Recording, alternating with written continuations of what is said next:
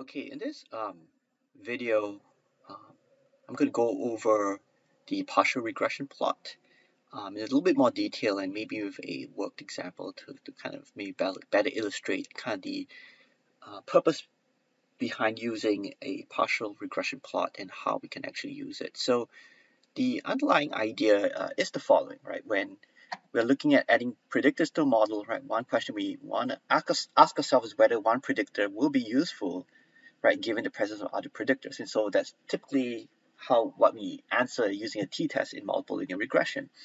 And we've noted that using just a simple scatter plot, right, of the response versus the predictor in question does not take into account the effect of the other predictors, right? So, and the usual residual plot addresses the fit with all the predictors simultaneously. So what we want to know is what we call the marginal relationship between your y and that predictor, right, given the presence of the others. So scatter plot doesn't tell us, residual plot doesn't give us that information. So a partial regression plot, so that should be A, illustrates the marginal effect of adding a predictor when the other predictors are already in the model.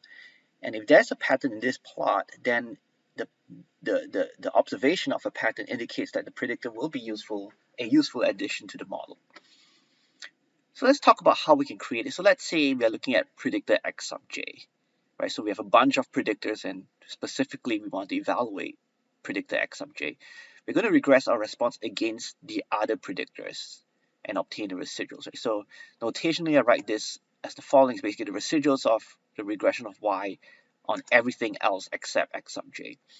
And then we regress the predictor in question against the other predictors in the model and obtain the residuals. So notationally, I write this as residuals of x sub j when you regress x sub j against the others, right? So this is the response against all the others, and this is the predictor in question against all the others. And then we plot the residuals from the first regression against the second regression, right? So that's going to be on your y-axis, that's going to be your x-axis. And this resulting plot gives us the partial regression plot for predictor x sub j.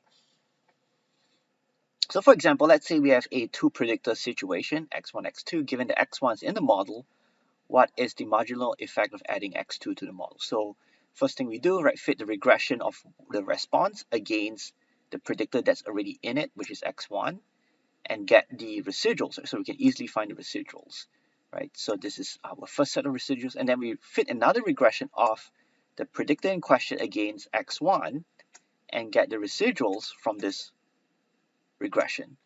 And then we fit a regression with this on the y-axis and that on the x-axis, right? So the regression ends up being like this, and the estimated slope will be the same as the estimated slope when you fit the full regression function. Right, so that's how we go about creating the partial regression plots.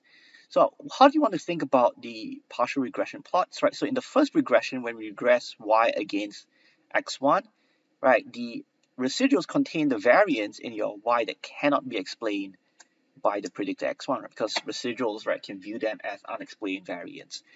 The second regression results in residuals, right, that contain the variance in x2 that cannot be explained by x1. So since x1 is used in both models, the relationship between these two sets of residuals informs us about the relationship between y and x2 beyond what can be explained by x1, right? So in another way of saying, right, this is saying what's the relationship of y and x2 when you already have x1 in the model, right? So that's why the partial regression plots work. Some properties of the partial regression plot. So in our example, right, we were looking at the partial regression plot of x2. The slope in the partial regression plot of x2 will be the same as the coefficient of x2 in the full model. And the estimated intercept in the partial regression plot will always be 0. So what are we typically looking for in partial regression plots? Basically seeing patterns, right? So there are three general patterns that we can see. So one is a random horizontal band or no pattern.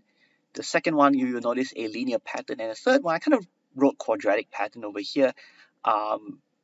You could generalize the third one to, basically any non-linear pattern, right? So if you see number one, right, a random horizontal band, it indicates that the predictor is not needed in the model.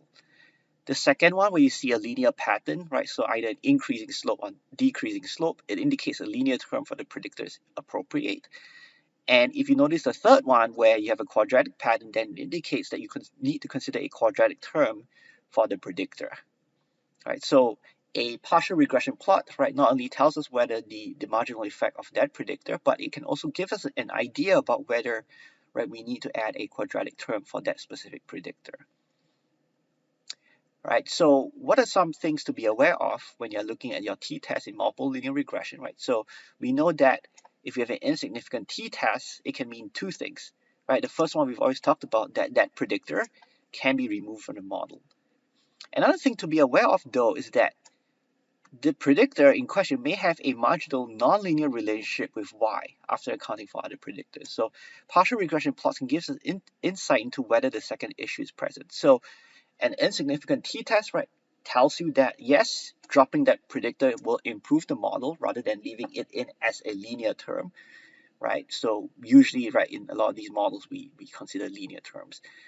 But the other meaning could be that it may be a nonlinear relationship, and you can only assess that through a partial residual plot, as I said, right? If you notice a nonlinear pattern or a quadratic pattern, that tells you you need to consider a nonlinear term for that predictor.